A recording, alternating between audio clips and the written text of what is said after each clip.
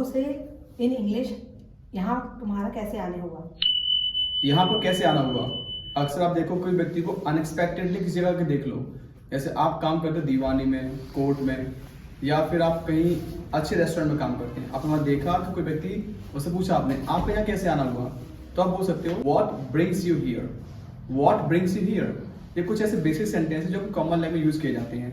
अगर आपको इंग्लिश आती है नहीं आती, कहीं ना कहीं इस सेंटेंस यूज करके आप लोग अपना इंप्रेशन झाड़ सकते हैं व्यक्ति पे, और इस सेंटेंस केवल आपको रटना है और जहां मौका मिले वहां छुपा दीजिए, ये यूज है। तो व्हाट ब्रिंग्स यू हियर ऐसे यूज कर सकते हो। इन इंग्लिश इसमें किसी की कोई गलती नहीं है। इसमें किसी की कोई गलती नहीं है। अक्सर लोग बोल देते हैं इसमें किसी की कोई गलती नहीं है। तो nobody is at the fault in it, nobody is at the fault in it. तो किसी कोई गलती नहीं है इसमें। परिवार में हो जाता है कभी कि किसी से कोई बर्तन टूट गया या कुछ हो गया, भाई इसमें किसी कोई गलती नहीं है। तो nobody is at the fault in it ऐसे यूज कर सकते हो। हाउ डू सर, मेरी माँ चाहती है मैं सिंगर बनूं। मेरी मम्मी चाहती है कि मैं सिंगर बनूं, तो आप बोल सकते हो my mother wants me to be a singer, my mother wants me to be a singer. Mummy चाहती है मैं सिंगर बनूं। अब आप बोलो तो मेरी मम्मी चाहती है कि मैं डॉक्टर बनूं, my mother wants me to be doctor. आपकी मम्मी क्या चाहती है? यू कैन कमेंट लो। Sir how to say in English तमीज से पेश आओ। तमीज से पेश आओ।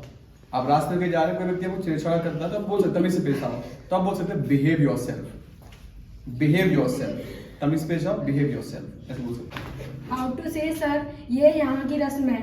ये यहाँ की रस्म है। रस्म होती है रिचुअल, तो आप बोल सकते हो इट्स रिचुअल हियर। ये वहां की रस्म है, इट्स रिचुअल देयर।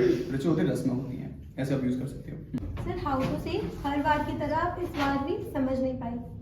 हर बार की तरह इस बार भी आप मुझे समझ नहीं पाए।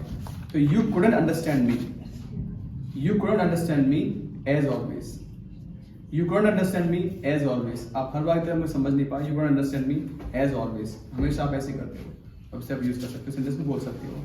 Sir how to say in English यही, अगर मुझे यही करना होता तो मैंने कर दिया होता। अगर मुझे यही करना होता ना, मैंने कर दिया होता।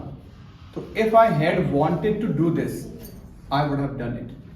If I had wanted to do this I would have done it. यही करना था ना, मैं कर दिया होता।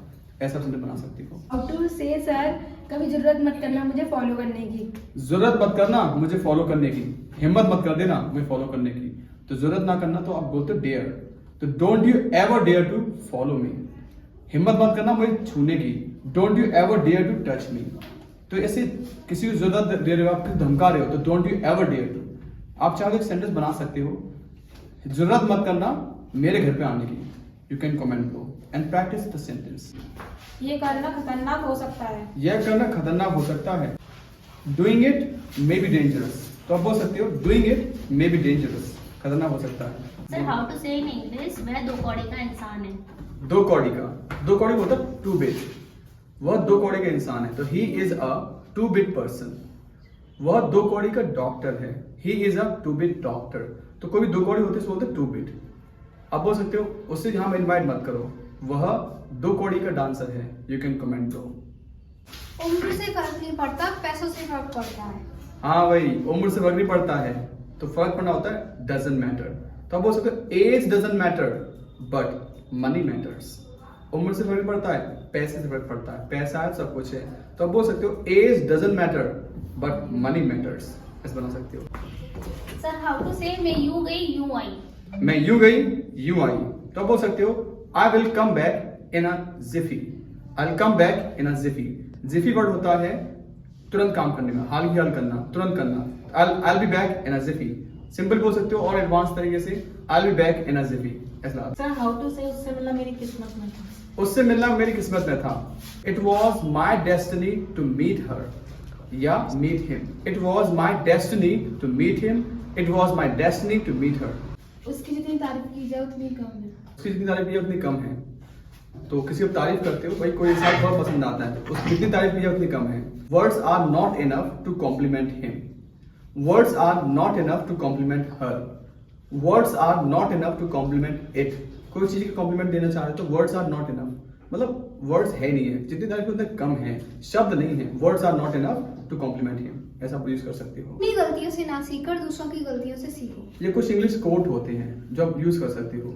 तो आप बोल सकते हो don't make mistake, learn from others mistakes. Don't make mistakes, learn from others mistake. तभी आप स्मार्ट व्यक्ति कहलाते हो।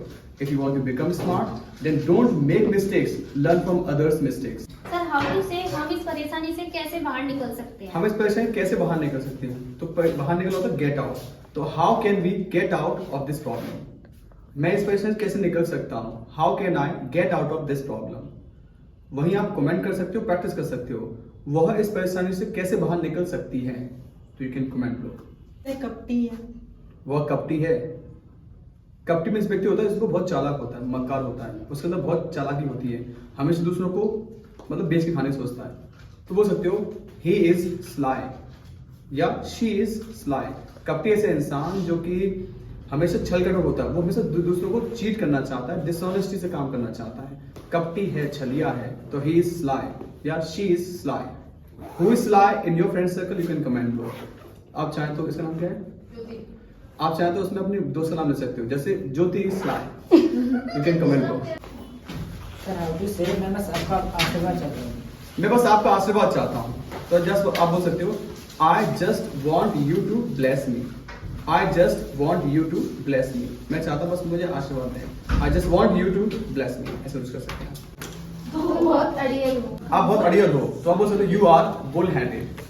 अड़ियल ऐसे व्यक्ति जो जिद्दी होता है, जिद के मारे रहता है, अपनी अपनी जो थॉट प्रोसेस बना रखी है उसको बदलना नहीं चाहता है, तो ऐसे व्यक्ति बोलते हैं बुल हेडेड। इसी को बोल सकते हो और नेगेटिव में यू आर पिग हेडेड, मतलब सूअर जैसा आपका दिमाग है। You are pig headed, she is pig headed, he is pig headed, मतलब अड़ियल किस्म का इंसान, जिद्दी इंसान है, ऐसा बना सकते हो। Guys these are some basic sentences. अगर आपको इंग्लिश नहीं आती है तो भी इन सेंटेंस को आप रट करके अगर आप बाहर बोलोगे तो आपको इंग्लिश धीरे धीरे आना शुरू हो जाएगी। शुरुआत ऐसी होती है। So these are some basic sentences which I have taught you, which I have told you how to speak in English. English सीखने को बेस्ट जो लेते English. So let's share and subscribe.